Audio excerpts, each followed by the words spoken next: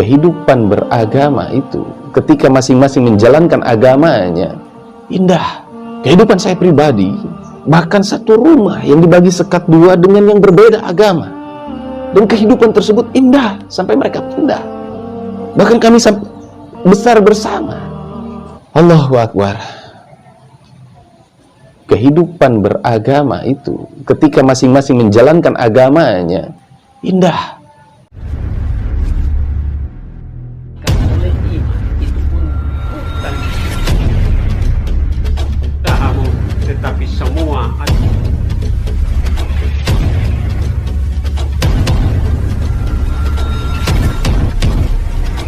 ada pun ada. Shalom, saudara-saudaraku yang diberkati oleh Tuhan kita Yesus Kristus. Puji Tuhan, jumpa lagi dengan saya, Pendeta Edison Senain dari Kota Manado. Sebelum saya lanjut, saudara-saudaraku, kami mengucapkan selamat tahun baru 2023.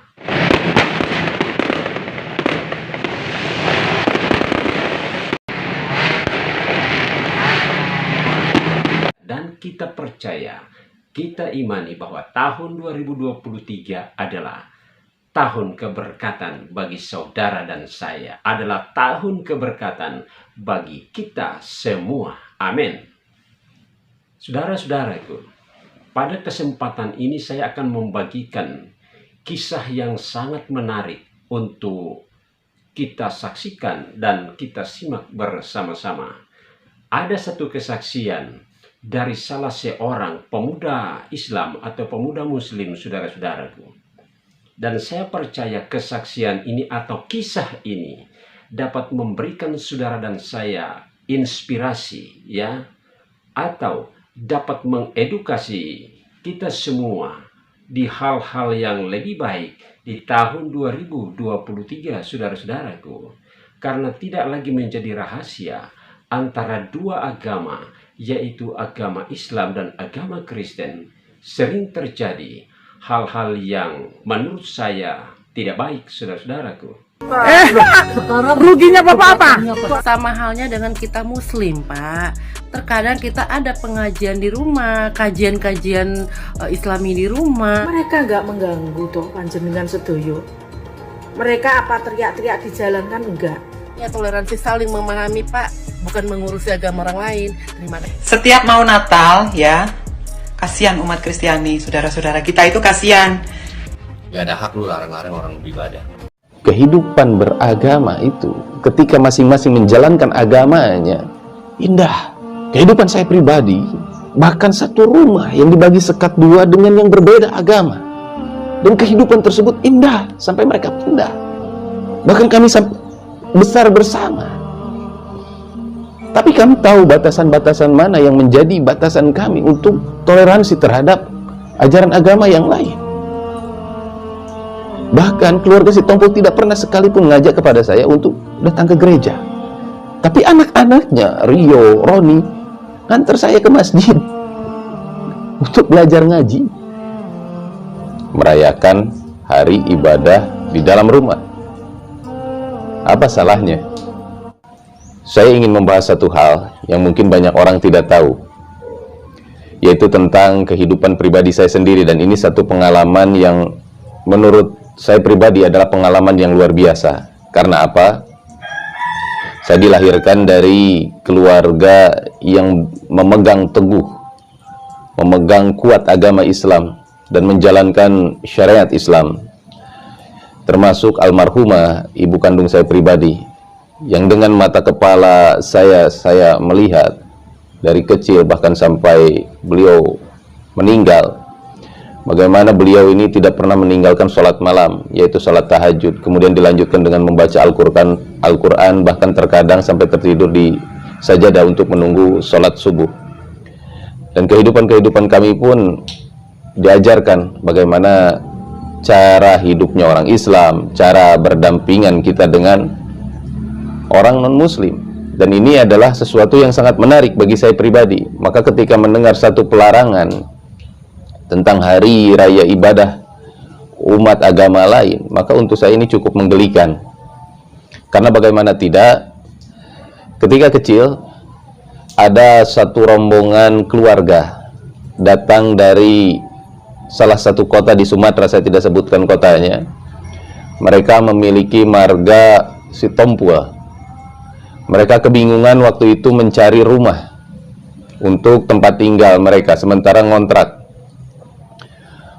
Maka alhamdulillah, dan beliau sempat datang ke rumah kediaman kami waktu itu. Dan saya waktu itu masih umur 7 atau 8 tahun kalau tidak salah.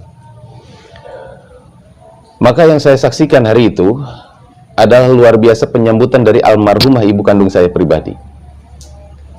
Karena bagaimana tidak, beliau menyediakan rumah untuk keluarga Nasrani tersebut. Maka keluarga Sitompul tadi mengatakan, "Ibu, saya per bulannya harus berapa?"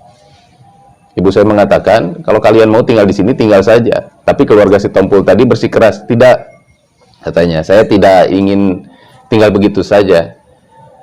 Kalau diizinkan kami ngontrak, maka kami akan lebih senang," kata kepala keluarganya, yang saya sebut sampai hari ini pun si Om. Maka singkat cerita, waktu berjalan, maka rumah kami yang waktu itu berkediaman di Bandung, maka kami sekat menjadi 2 bagian. Kami, tuan rumah di belakang, dan keluarga yang ngontrak ini di depan. Ibu kandung saya bukan tidak paham siapa yang ngontrak di rumah itu, karena dari marganya pun sudah jelas. Maka mulai itu rumah bagian depan ditata, dan tidak lupa mereka memasang salib. Yang saya heran waktu itu, kenapa ibu saya mengizinkan hal demikian? Waktu berlangsung lama, hari demi hari kami semakin seperti saudara. Karena kalau mau berangkat sekolah, saya kan pasti lewat ke depan. Akhirnya sekolah sama-sama dan satu sekolah. Ketika maghrib datang, ibu saya sering perintahkan saya ngaji. Yang sering antar itu si Rio, anaknya Om Sitompul. Antar saya ke musola, antar saya ngaji. Karena saya waktu itu takut pulang malam. Kadang-kadang kakaknya itu si Roni, yang Masya Allah, nungguin saya pulang ngaji. Bahkan mereka main di masjid. Dan guru ngaji saya tahu mereka Kristen, tapi tidak pernah dilarang. Sehingga kami begitu dekatnya dengan mereka, sama hampir seperti saudara. Tetapi ibu saya selalu mengingatkan, ada beberapa batasan, termasuk tidak mudah memakan daging yang diberikan. Karena setiap hari kami kadang-kadang sering bertukar makanan. Kadang-kadang keluarga Sitompul ini bawa makanan datang ke belakang ibu, karena perlakuan ibu saya baik terhadap mereka, mereka jauh lebih baik terhadap keluarga kami. Kadang-kadang tukar makanan tuh, Masya Allah. Tapi almarhumah ibu saya sering mengingatkan, "Om, ini makanannya apa? Oh, ini sayur bu, gini-gini. Kalau daging, kan kami orang Islam," katanya. Seperti itu. Kami harus bagaimana menyaksikan daging itu disembelih dengan mengucapkan nama Allah, seperti itu. "Oh ya, paham bu," katanya. Maka kegiatan itu berlangsung lama. Bertahun-tahun loh, sampai saya beranjak besar. Bahkan setiap Natalan, Masya Allah, kalau ibu saya ngaji di belakang, mereka mengecilkan TV-nya. Dan kalau keluarga mereka datang, saudara-saudara merayakan hari Natal, ibu saya tidak pernah mengencangkan bacaan Qur'annya. Bahkan mereka bilang, katanya, itu ada ibu baik di belakang, kita jangan terlalu ribut. Dan kami membiarkan. Hal itu untuk saya yang waktu itu masih kecil, pandangan yang luar biasa. Waktu semakin berjalan, saya melihat ada sesuatu di antara dua agama ini, ada yang selalu ingin membentrokan. Bahkan teman-teman perlu tahu, ketika masa kontraknya habis, keluarga tersebut pindah akan mencari rumah yang baru, ibu saya menangis. Almarhumah ibu menangis. Allahu Akbar. Kehidupan beragama itu, ketika masing-masing menjalankan agamanya, indah.